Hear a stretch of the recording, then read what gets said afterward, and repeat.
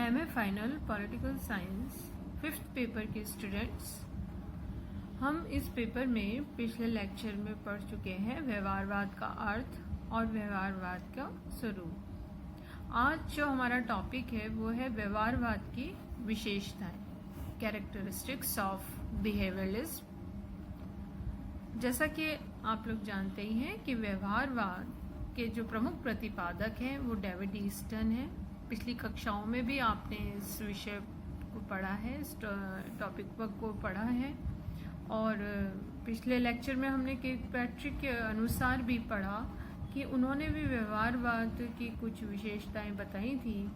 स्वरूप स्पष्ट किया था इसका कि राजनीतिक अध्ययन और शोध कार्य में विश्लेषण की मूल इकाई व्यक्ति का राजनीतिक व्यवहार होना चाहिए और अंतर अनुशासनात्मक अध्ययन किया जाना चाहिए और पर्यवेक्षण, वर्गीकरण, मापन के आधार पर अध्ययन होना चाहिए और राजनीतिक विज्ञान के लक्ष्य को एक सुव्यवस्थित आनुभविक सिद्धांत के रूप में परिभाषित किया जाना चाहिए।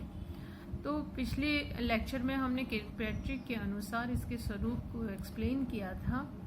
आज जो हम पढ़ेंगे वो डेविड ईस्टन के अनुसार देखेंगे, जिन्होंने कि उनका एक प्रसिद्ध लेख है the current meaning of behaviourism, और इस लेख में उन्होंने व्यवहारवाद की विशेषताओं को एक्सप्लेन किया है, विशद इसकी व्याख्या की है और स्पष्ट किया है कि क्या व्यवहारवाद है और किस तरह से इसके आधार पर हमारे विषय में शोध और अध्ययन कार्य होना चाहिए। डेविड ईस्टन की जो विशेषताएं हैं, 8 प्रमुख विशेषताओं पर उन्होंने जोर दिया, जिसमें सर्वप्रथम हम देखेंगे नियमन। डेविड ईस्टन का ये मानना है कि राजनीतिक व्यवहार में कुछ सामान्य तत्व ढूंढे जा सकते हैं जो लगभग कॉमन होते हैं और हर व्यक्ति उससे सहमत होता है। हर विशेष परिस्थितियों में अगर हम अध्ययन करते हैं तो लगभग आम जनता की प्रतिक्रिया एक जैसी होती है। इसके आधार पर कुछ सामान्य तत्वों को निकाला जा सकता है, जांचा जा सकता है। राजनीतिक व्यवहार के सामान्यीकरणों और सिद्धांतों के रूप में व्यक्त किया जा सकता है और इनके आधार पर मानवीय व्यवहार की व्याख्या हो सकती है और फ्यूचर के लिए भी हमारे विषय में कुछ संभावनाओं को हम व्यक्त कर सकते हैं, फॉरकास्टिंग कर सकते हैं। दूसरी जो विशेषता बताते हैं ईस्टन, वो है सत्यापन या वेरिफिकेशन। ईस्टन ने सत्यापन पर जोर दिया कि जो हमने सामान्य तत्व निर्धारित किए वो कितने सही हैं, उनको जांचा और परखा जाना आवश्यक है। मानवीय व्यवहार के संबंध में जो एकत्रित सामग्री या आंकड़े होते हैं उनकी दोबारा जांच की जानी चाहिए। इसी क्रिया को सत्यापन या वेरिफिकेशन नाम ईस्टन ने दिया है। व्यवहारवादी अध्ययन पद्धति की यह एक विशेषता है और उसके अंतर्गत एकत्रित की गई सामग्री का सत्यापन किया जा सकता है। तीसरा जो विशेषता बताई है ईस्टन ने वो है तकनीकी प्रयोग या यूज ऑफ टेक्निक्स। आधार सामग्री प्राप्त करने और उनकी व्याख्या करने के साधनों को स्वयं सिद्ध नहीं माना जा सकता। जो भी हमने व्याख्या की, सत्यापित किया, वो अपने आप तो हो नहीं सकता, तो उसके लिए किस चीज का प्रयोग हो, तकनीक का प्रयोग हो, ये ऐसा ईस्टन का मानना था। ईस्टन ये मानते हैं कि अध्ययनकर्ता सावधानी पूर्वक शुद्ध और परीक्षित अध्ययन करे, मानवीय व्यवहार का पर्यवेक्षण करने और उसका विश्लेषण कर परिणाम को अंकित करने के लिए कठोर शुद्धिकरण के साधनों को अपनाया जाए और परिशुद्धिकरण की प्रक्रिया ज्ञान को विकासशीलता तक ले जाती है और नए तथ्य इसके द्वारा प्राप्त किए जा सकते हैं और पुराने जो भी हमारे अध्ययन की सामग्री है उसको अप्रमाणित भी किया जा सकता है। तो तकनीक का प्रयोग, अध्ययन की नई नई जो तकनीक हैं उनका प्रयोग करते हुए हम जो भी सामान्य तत्व ढूंढे गए उनको सत्यापित कर सकते हैं। चौथी विशेषता डेविड स्टर्न ने बताई है वो है परिमाणीकरण, यानी क्वांटिफिकेशन, या जो भी मेजरमेंट है वो हमारे विषय में हम कर सकें। परिमाणीकरण के अंतर्गत ईस्टर्न का ये मानना है कि उपलब्धियों के विवरण और आधार सामग्री को लेखबद्ध किया जा सकता है और उसमें सुस्पष्टता लाने के लिए यह जरूरी है कि उसका मेजरमेंट हो, मापन हो, और मापन और परिमाणीकरण का ये कार्य उनके लिए नहीं वरन प्रयोजन के प्रकाश में किया जाना चाहिए कि हमारा उद्देश्य क्या है, वो पूर्ण हुआ या नहीं, उसके आधार पर परिमाणीकरण होना चाहिए। जैसे विशुद्ध विज्ञान में आप जानते ही हैं, साइंस वगैरह में, कि जब भी कोई अध्ययन होता है तो वहाँ पर एग्जैक्टली उसका मेजरमेंट किया जा सकता है और उसको सिद्ध किया जा सकता है कि ये कितना अध्ययन सही है, जांचा जा सकता है मापन के द्वारा। हम उतना एग्जैक्टली हमारे विषय में नहीं कर सकते, लेकिन लगभग कर सकते हैं। इसलिए ईस्टर्न का ये मानना था कि मापन करना बहुत आवश्यक है। जब तकनीकी प्रयोग किया जाएगा तो उसके आधार पर मापन हो सकता है।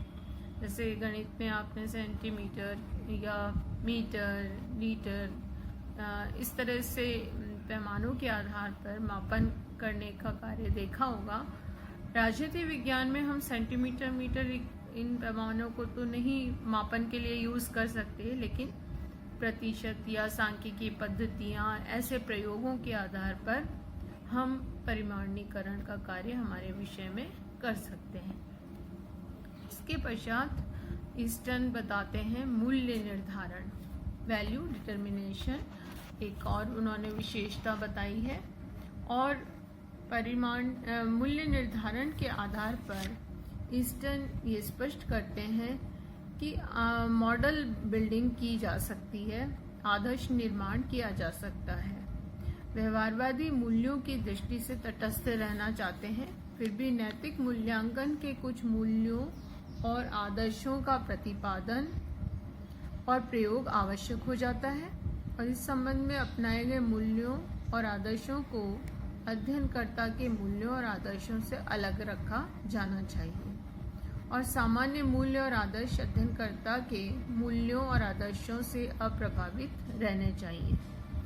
अर्थात जो भी अध्ययनकर्ता अध्ययन कर रहा है, तकनीक प्रयोग के द्वारा मापन कर रहा है, उसमें अध्ययनकर्ता निष्पक्ष होना चाहिए। वो किसी भी प्रकार से अपने मूल्यों को, आदर्शों को उसमें शामिल न करे, क्योंकि अगर हमें एग्जैक्ट परिणाम चाहिए, निष्कर्ष चाहिए, तो उसके लिए निष्पक्ष अध्ययन आवश्यक है और निष्पक्ष अध्ययन के लिए मूल्य निर्धारण आवश्यक है। इसलिए ईस्टर्न ने व्यवहारवाद की एक खासियत बताई, मूल्य निर्धारित अध्ययन होना चाहिए, वैल्यू डिटर्मिनेशन होना चाहिए। फिर एक अन्य विशेषता व्यवस्थाबद्धीकरण बताते हैं, सिस्टमेटाइजेशन, और इसमें ईस्टर्न का ये मानना है कि अनुसंधान आवश्यक रूप से क्रमबद्ध होना चाहिए। जैसे प्योर साइंसेज में व्यवस्थित और क्रमबद्ध अध्ययन होता है, कार्य कारण संबंध स्पष्ट होते हैं और इसमें अध्ययन व्यवस्थित होता है, जिसमें कि सिद्धांत और अनुसंधान को संबद्ध और क्रमबद्ध करके अध्ययन किया जाता है और सिद्धांत से जो अनुसंधान है वो निरर्थक हो जाएगा, बेकार हो जाएगा यदि वो व्यवस्थित नहीं है। आंकड़ों से जो भी सामर्थ्य जो सिद्धांत हैं वो निरर्थक रहेंगे। तो सिद्धांत और जो तथ्य हैं वो एक दूसरे से अपृथकनीय होते हैं। इसलिए हमारा अध्ययन कल्पना, आदर्शों पर आधारित न होकर व्यवस्थित अध्ययन हो, क्रमबद्ध, जो वास्तविक तथ्य हैं, आंकड़े हैं, उनको आधार बनाकर क्रमबद्ध रूप से उसका अध्ययन करके और जो आगमनात्मक पद्धति है उसको अपनाते हुए अध्ययन किया जाए तो वो व्यवस्थित अध्ययन होगा और उसका जो निष्कर्ष होगा वो भी व्यवस्थित आधार पर सही होगा। इसलिए ईस्टर्न ने सिद्धांत और तथ्यों को एक दूसरे से पृथक मानते हुए अध्ययन पर जोर दिया है। इसके साथ ही ईस्टर्न ने एक और विशेषता व्यवहारवाद की दी, वो है विशुद्ध ज्ञान, प्योर साइंस। व्यवहारवाद का उद्देश्य यही है कि हमारे विषय को अधिक से अधिक वैज्ञानिकता, व्यवहारिकता, यथार्थ परता प्रदान की जा सके और इसीलिए ईस्टर्न ने विशुद्ध ज्ञान, प्योर साइंस के बारे में भी उल्लेख किया। ज्ञान का प्रयोग वैज्ञानिकता प्रदान करने के लिए हो, इसके द्वारा जो भी अध्ययन हो वो तार्किक हो और राजनीतिक व्यवहार का जो भी अध्ययन है उसकी व्याख्या की जा सके। और ख़ास बात जो है वो ये कि जो भी अध्ययन है वो व्यर्थ ना जाए, निरर्थक ना हो, बल्कि उसका प्रयोग राजनीतिक क्षेत्र की जो भी व्यवहारिक समस्याएं हैं उनको सुलझाने के लिए किया जा सके।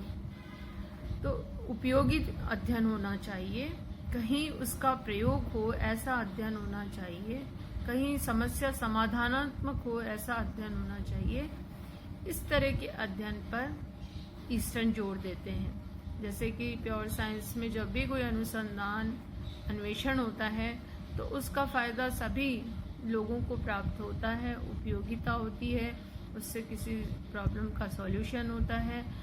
उसी भांति हमारा जो विषय है अगर उसको सही मायने में साइंटिफिक या वैज्ञानिक बनाना है तो या व्यवहारिक बनाना है तो वो विशुद्ध ज्ञान पर आधारित हो, ऐसा अध्ययन हो जिसके द्वारा राजनीतिक क्षेत्र की समस्याओं का हल निकाला जा सके, उसे सुलझाया जा सके। ईस्टर्न ने एक जो और विशेषता लास्ट हम देखेंगे वो है समग्रता की बात की है, इंटीग्रेशन जिसे इंग्लिश में कहा जाता है।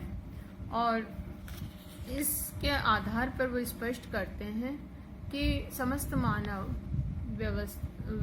का जो व्यवहार है, राजनीतिक व्यवहार, वो ही अध्ययन की महत्वपूर्ण इकाई है और इसमें मानवीय व्यवहार में अधिकतर एकता या एक रूपता देखी जा सकती है। कई ऐसे विशेष परिस्थितियां होती हैं जैसे कि मतदान व्यवहार के समय हम इस तरह का अध्ययन कर सकते हैं या इलेक्शन टाइम में हम इस तरह की चीज़ें देख सकते हैं कि कुछ सामान्य तत्व लगभग आम जनता में एक जैसे पाए जा सकते हैं। तो राजनीतिक व्यवहार में भी मूलभूत एकता पाई जाती है और उनको आधार बनाकर अध्ययन किया जा सकता है और जब इस तरह का अध्ययन होता है तो अंत में हम उसका निष्कर्ष, उसकी समग्रता स्थापित करते हुए एक निश्चित सिद्धांत तक भी पहुंच सकते हैं, सामान्यीकरण तक पहुंच सकते हैं और हमारे विषय में सामान्य सिद्धांत, थ्योरी बिल्डिंग का निर्माण कर सकते हैं। तो समग्रता की बात इन्होंने कही है और इसके आधार पर उन्होंने इसको समझाया है। व्यवहारवाद के ये सारे जो प्रमुख आधार हैं वो ईस्टर्न ने दिए हैं। ये प्रमुख विशेषताएं हैं जिनके आधार पर हमारे विषय में अध्ययन किया जाता है, व्यवहार परक अध्ययन किया जाता है और कुछ महत्वपूर्ण जो विषय हैं, टॉपिक्स हैं, उनको उठाकर जैसे चुनावी राजनीति, मतदान व्यवहार जैसे सरकार का मूल्यांकन, कई ऐसे टॉपिक को हम उठाते हुए राजनीतिक व्यवहार का, व्यक्ति मानव के राजनीतिक व्यवहार के यथार्थ का अध्ययन हम इन आधारों पर कर सकते हैं। तो डेविड ईस्टर्न ने इन 8 विशेषताओं के आधार पर व्यवहारवाद को स्पष्ट किया है।